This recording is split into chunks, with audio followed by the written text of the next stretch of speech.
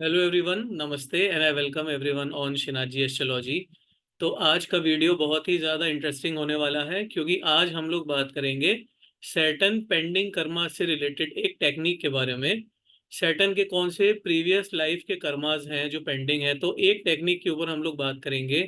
कुछ practice charts भी हम लोग इसके अंदर स्टडी करेंगे और उसके साथ में ही हम कुछ रेमेडीज की बात भी करेंगे कि ये जो रेमेडीज हैं हमारी, इनको करने से जो भी पेंडिंग कर्मा हमारे चल रहे हैं उसको हम कैसे सैटर्न से रिलेटेड जो कर्मा है उनको हम रिड्यूस कर सकते हैं। तो इस वीडियो के अंदर हम लोग सैटर्न पेंडिंग कर्मा के ऊपर बात करेंगे। और आज जो हम लोग बात करेंगे, तो ये हम जो टेक्निक के ऊपर बात करने वाले हैं, तो ये टेक्निक हम लोग भृगु सरल पद्धति की एक टेक्निक हम लोग बात करने वाले हैं। थोड़ा सा आचार्य भृगु के बारे में भी हम लोग यहाँ पर बात करेंगे, समझेंगे, और उसके बाद फिर अपनी टेक्निक के ऊपर चलेंगे। तो चलिए वीडियो को अपने स्टार्ट करते हैं और हम यहाँ पर स्क्रीन के ऊपर चलते हैं और सैटर्न पेंडिंग कर्मा को डिस्कस करते हैं। तो देखिए, हम लोग आज Saturn pending karma prediction based on Bhrigu Saral Paddhati with some practice charts and some remedies, तो इसके ऊपर बात करेंगे। और देखिए, जो अगर हम चलिए स्टार्ट करते हुए भृगु ऋषि की बात करें, तो देखिए भृगु ऋषि जो है हमारे एस्ट्रोलॉजी में बहुत ही ज्यादा इंपॉर्टेंट रोल प्ले करते हैं। तो जो भृगु हैं, देखिए एक जो ऋषि है, ये आदि ऋषि का दर्जा इन्हें दिया गया है। और जो हमारे सप्त ऋषि थे, जो 7 ग्रेट सेजेस थे, तो इस सप्त ऋषियों में से एक हमारे भृगु ऋषि थे।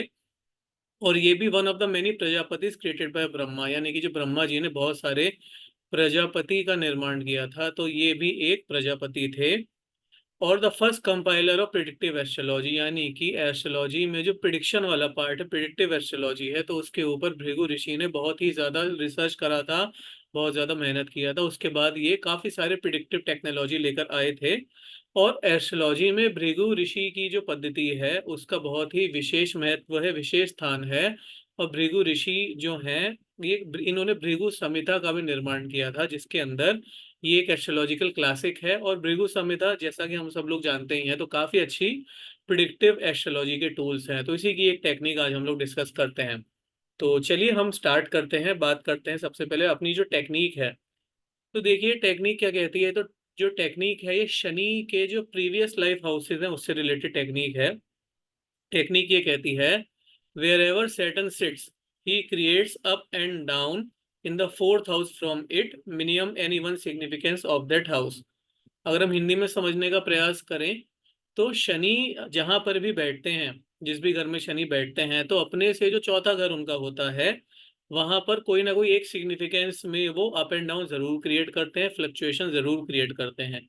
जिस भी घर में वो बैठेंगे उसे चौथे घर में कोई ना कोई परेशानी वो देकर जाएंगे, किसी न किसी एक सिग्निफिकेंस से जुड़कर वो प्रॉब्लम जरूर देकर जाएंगे। और ये प्रॉब्लम देखिए वो क्यों देते हैं, क्योंकि कोई ना कोई मिस्टेक हमारी पास्ट लाइफ की होती है। हमने कुछ पास्ट लाइफ की मिस्टेक उस हाउस से रिलेटेड की होती है, जिसकी वजह से इस लाइफ के अंदर जो सैटर्न है हमें वहां से रिलेटेड पेन्स प्रोवाइड करते हैं। Significance of fourth house from Saturn, मतलब सैटर्न से जो चौथा घर हमारा होगा, उसमें कोई ना कोई हमारा पेंडिंग कर्मा जरूर है, पास्ट लाइफ का कर्मा जरूर है, जिसकी वजह से सैटर्न जो है हमें इस लाइफ के अंदर उस हाउस से रिलेटेड कोई ना कोई एक सिग्निफिकेंस के अंदर प्रॉब्लम जरूर हमें देखने को मिलेगी। तो सैटर्न वहां पर अप्स एंड डाउन क्रिएट करेंगे। तो ये एक रूल है, एक टेक्निक है जो हमारे भृगु सरल पद्धति के अंदर आचार्य भृगु ने हम लोगों को दी है। तो इस टेक्निक के ऊपर हम लोग चलिए कुछ प्रैक्टिस चार्ट्स को डिस्कस करते हैं। तो देखिए, चलिए स्टार्ट करते हैं। और पहले प्रिडिक्टिव चार्ट की अगर हम बात करें, तो देखिए सबसे पहले हम लोग श्री जवाहरलाल नेहरू जी का चार्ट का डिस्कशन करते हैं। तो देखिए, श्री जवाहरलाल नेहरू जी का जो चार्ट है, ये हमारा कर्क लग्न की पत्रिका बनती है। श्री जवाहरलाल नेहरू जी के चार्ट में जो लग्न के स्वामी हैं चंद्रमा, वो लग्न के अंदर ही बैठे हुए हैं। और अगर हम बात करें इनके शनि के पोजीशन की अगर हम बात करें, तो सैटर्न देखिए इनके सेकंड हाउस के अंदर बैठे हुए हैं। अब सैटर्न इनके जो है वो सेकंड हाउस के अंदर यहाँ पर बैठे हैं। देखिए सैटर्न का प्लेसमेंट जो है वो इनके सेकंड हाउस के अंदर है। और सैटर्न जो है वो लियो राशि के अंदर यहाँ पर बैठे हुए हैं। अब अगर हम भृगु सरल पद्धति की बात करें, तो सैटर्न से जो चौथा घर होगा, सैटर्न से जो फोर्थ हाउस होगा हमारा, अगर हम सैटर्न से काउंट करें तो कौन सा होगा, वो हमारा फिफ्थ हाउस आएगा। यानी कि जवाहरलाल नेहरू जी के चार्ट में सैटर्न से जो चौथा घर है वो फिफ्थ हाउस है। अब देखिए फिफ्थ हाउस किसका होता है, हमारा फिफ्थ हाउस हमारे चिल्ड्रन का होता है। फिफ्थ हाउस हमारे नेम का होता है, हमारे फेम का होता है। फिफ्थ हाउस जो होता है हमारा, कहीं ना कहीं हमारी जो क्रिएटिविटी होती है, हमारी क्रिएटिविटी का भी फिफ्थ हाउस होता है। तो ये फिफ्थ हाउस के मेजर सिग्निफिकेशंस हमारे होते हैं। अब जो भृगु सरल पद्धति क्या कहती है कि जवाहरलाल नेहरू जी के चार्ट में जो फिफ्थ हाउस होगा, उनसे रिलेटेड इनको लाइफ के अंदर कहीं ना कहीं प्रॉब्लम्स देखने को जरूर मिलेंगी, अकॉर्डिंग टू भृगु सरल पद्धति। तो अब देखिए, अगर हम इस पद्धति को यहाँ पर टेस्ट करने का प्रयास करें तो देखिए, अब जो फिफ्थ हाउस होता है वो चिल्ड्रन का होता है। तो देखिए, जो जवाहरलाल नेहरू जी थे, तो जवाहरलाल नेहरू जी के जो चिल्ड्रन थी, उनकी जो बेटी थी उनका नाम था इंदिरा गांधी। और हम सबको पता है कि जो इंदिरा गांधी थी, हमारी जो इंदिरा गांधी थी, तो इंदिरा गांधी जी की जो देखिए डेथ थी, वो कितनी हमारी अननेचुरल डेथ हुई थी। और इनका एक्चुअली में इनकी किलिंग हो गई थी। इनके अपने ही जो बॉडीगार्ड थे इंदिरा गांधी जी के, उन्होंने अपने ही बॉडीगार्ड ने इंदिरा गांधी जी की हत्या कर दी थी। उनका एक मैसेकर कर दिया था। तो इंदिरा गांधी जी की जो मौत थी, जो डेथ थी, वो काफी ज्यादा एक अनवांटेड डेथ थी। तो कहीं ना कहीं जो हमारा भृगु सरल पद्धति के हिसाब से शनि अपने से जो चौथा घर होता है वहां पर प्रॉब्लम्स क्रिएट करते हैं। तो देखिए, शनि ने प्रॉब्लम क्रिएट करी, और जो फिफ्थ हाउस के सिग्निफिकेंस हैं, यानी कि जो चिल्ड्रन है, चिल्ड्रन की जो डेथ हुई वो बहुत ही ज्यादा, देखिए पहली बात तो अनटाइमली डेथ हुई। जो डेथ हुई इंदिरा गांधी जी की, वो कैसी डेथ हुई, देखिए काफी ज्यादा अनटाइमली डेथ हुई इंदिरा गांधी जी की। और एक तरह से जो इनकी डेथ हुई वो किलिंग के थ्रू हुई, यानी कि उनका लोगों ने, उनके जो बॉडीगार्ड थे उन्होंने उसे किल किया। यानी कि सैटर्न ने अपने से चौथे घर को यहाँ पर डैमेज कर दिया। तो ये देखिए, इस तरह से हमने अपने भृगु सरल पद्धति को टेस्ट किया। तो आप भी अपना जो चार्ट है, अपने चार्ट के अंदर शनि की जो पोजीशन है उसको चेक करिएगा। शनि की पोजीशन को चेक करके, शनि की पोजीशन से जो चौथा हाउस है, उस हाउस को जरूर आप मार्क करिएगा। और उस हाउस से रिलेटेड जो सिग्निफिकेंस हैं, कहीं पर आपको प्रॉब्लम अगर देखने को मिल रही है, या फिर कोई आप उसकी वजह से परेशान है, तो हमें कमेंट सेक्शन में जरूर बताइएगा। अपने चार्ट के ऊपर भी आप इसको जरूर चेक करिएगा। आप अगर अपने चार्ट के ऊपर भी चेक करेंगे कोई, अगर आप इसको हमारे कमेंट सेक्शन में बताएंगे, तो हम भी इसकी रेमेडीज कुछ भी होंगी तो आपसे जरूर शेयर करेंगे। आगे रेमेडीज भी आएंगी, तो वीडियो के एंड तक जरूर बने रहिएगा। अपने चार्ट को भी इसमें जरूर चेक करिएगा। तो ये देखिए, हमने पहला चार्ट हमने यहाँ पर चेक किया है। अभी दूसरा देखिए, हम भगवान प्रभु राम के चार्ट के ऊपर चलते हैं। देखिए, श्री राम का जो चार्ट है, इसको भी हम प्रैक्टिस करते हैं इस चार्ट के ऊपर। अब देखिए, प्रभु राम का भी जो लग्न है वो 4 नंबर का लग्न है, यानी कि कर्क राशि का लग्न आता है। और भगवान राम के भी जो लग्न में चंद्रमा बैठे हुए हैं, जुपिटर बैठे हुए हैं, तो बहुत अच्छा भगवान राम का भी जो लग्न है वो बन रहा है। अभी अगर हम भृगु सरल पद्धति की बात करें, तो देखिए यहाँ पर जो शनि भगवान है हमारे, शनि भगवान श्री राम जी के चार्ट में फोर्थ हाउस के अंदर बैठे हुए हैं। अब फोर्थ हाउस के अंदर अगर शनि भगवान बैठे हुए हैं, तो इससे अगर हम 4 हाउस आगे का काउंट करेंगे, अगर हम 4 हाउस यहाँ पर प्लस करेंगे, तो हमें यहाँ पर सेवेंथ हाउस मिलेगा। तो देखिए, जो सेवेंथ हाउस है यहाँ पर, अब सेवेंथ हाउस जो है यहाँ पर, सेवेंथ हाउस हमारा आ रहा है, तो सेवेंथ हाउस किसका होता है, हमारी वाइफ का सेवेंथ हाउस होता है। सेवेंथ हाउस हमारे पार्टनर्स का सेवेंथ हाउस होता है। मेनली जो हमारी वाइफ स्पाउसेज हैं, स्पाउस से रिलेटेड सेवेंथ हाउस हमारा होता है। तो कहीं ना कहीं भृगु सरल पद्धति के हिसाब से भगवान राम को भी जो ये हाउस है, इनका सेवेंथ हाउस है, इससे काफी ज्यादा इन्हें भगवान राम को भी कष्ट देखने को मिले, काफी ज्यादा परेशानियां भगवान राम को इस हाउस से देखने को मिली। इनकी जो वाइफ थी उनका अपहरण हो गया था। देखिए, अब इनका जो सेवेंथ हाउस है, सबसे पहली बात तो वाइफ की किडनैपिंग हुई यहाँ पर। वाइफ की किडनैपिंग हुई, यानी कि जो शनि है उसने अपने से चौथे घर में इनको पीड़ा प्रोवाइड करी। और जब इनकी वाइफ प्रेग्नेंट थी, तब खाली एक जो नॉर्मल एक नागरिक था, उसके कहने पर इन्होंने अपनी वाइफ को महल से भी निकाल दिया था। मतलब ये बात का प्रसंग है कि उनकी वाइफ को इन्होंने, जो प्रेग्नेंट वाइफ को, यानी कि जो सीता माता थी, उनको जब वो पेट से थी, प्रेग्नेंट थी, उनको भगवान राम ने महल तक से निकाल दिया था। और उनका किडनैप जो हुआ था, रावण ने उनका किडनैप भी किया था, उनको रावण ने उनका हरण भी किया था। तो कहीं ना कहीं देखिए, सेवेंथ हाउस से रिलेटेड, यानी कि शनि से जो चौथा घर है, उससे रिलेटेड परेशानी इनको देखने को मिली थी। और वहां पर वैसे भी देखिए मंगल बैठे हुए हैं, मंगल बैठे हुए हैं, तो कहीं ना कहीं कॉन्फ्लिक्ट्स जो होते हैं, कॉन्फ्लिक्ट्स भी हमें देखने को मिलते हैं। तो यहाँ पर मंगल की वजह से जो कॉन्फ्लिक्ट्स थे वो भी काफी ज्यादा इनके जीवन में आए, भगवान राम के जीवन में आए। शनि से चौथे घर में इनको भी वाइफ से रिलेटेड पीड़ा देखने को मिली। जवाहरलाल नेहरू जी के को बच्चों से पीड़ा देखने को मिली थी, क्योंकि शनि से चौथा घर बच्चों का हाउस था। और भगवान राम को वाइफ से पीड़ा देखने को मिली, क्योंकि शनि से चौथा घर उनका सेवेंथ हाउस यहाँ पर आ रहा है। देखिए मुझसे एक दो लोगों ने प्रश्न भी किया था कि शनि तो यहाँ पर रेट्रोगेट अवस्था में है, लेकिन शनि रेट्रोगेट में हो तब भी हमें भृगु सरल पद्धति के हिसाब से 4+ आगे ही करना है, आगे के 4 घर ही हमें देखने हैं। इस तरह से हम जो पोजीशन है उसको कैलकुलेट करेंगे हमारा। तो देखिए भगवान राम के चार्ट में भी हमने प्रैक्टिस करके देखा कि ये पद्धति हमारी काम कर रही है, और इस पद्धति के हिसाब से भगवान राम को भी कष्ट देखने को मिला। तो इस तरह से देखिए आगे भी चलिए एक और प्रैक्टिस चार्ट हम स्टडी करेंगे। उससे पहले थोड़ा सा हम जो हमारा अगस्त में देखिए हम लोग हर मंथ हमारा एडवांस एस्ट्रोलॉजी की क्लासेस चलती हैं, तो अगर आप हमारा अगस्त का बैच ज्वाइन करना चाहते हैं तो इसका डिटेल यहाँ पर दे रखा है। हम लोग डिविजनल चार्ट बहुत डिटेल में कवर करने वाले हैं, जिसमें D9 चार्ट हम कवर करेंगे, D10 चार्ट हम कवर करेंगे। D9 यानी कि लक्ष्य, स्पाउस और गुरु का चार्ट होता है। करियर प्रोफेशन से रिलेटेड हमारा D10 चार्ट है। किसी को मैरिड लाइफ में प्रॉब्लम है, कोई इशू है, D9 चार्ट की पूरी स्टडी होगी।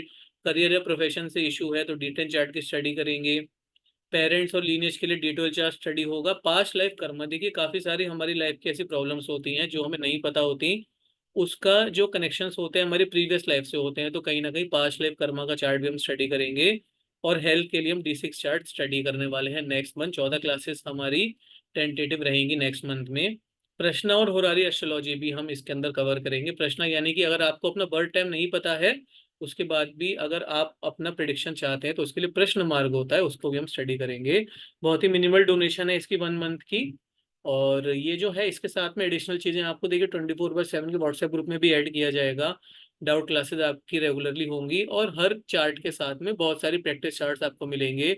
आपका इंडिविजुअल हॉरोस्कोप एनालिसिस भी D9 D10 सारे चार्ट का होगा। कुछ पास्ट लाइफ के जो पेंडिंग कर्मास हैं, जैसे कि एक टॉपिक तो देखिए आज हम स्टडी कर ही रहे हैं भृगु सरल पद्धति का, काफी सारे ऐसे पास्ट लाइफ पेंडिंग कर्मास होते हैं जिसको हम लोग स्टडी करेंगे। हैप्पी सोल रेमेडीज, अपनी लाइफ में हैप्पी रहने के लिए क्या क्या रेमेडीज हम कर सकते हैं।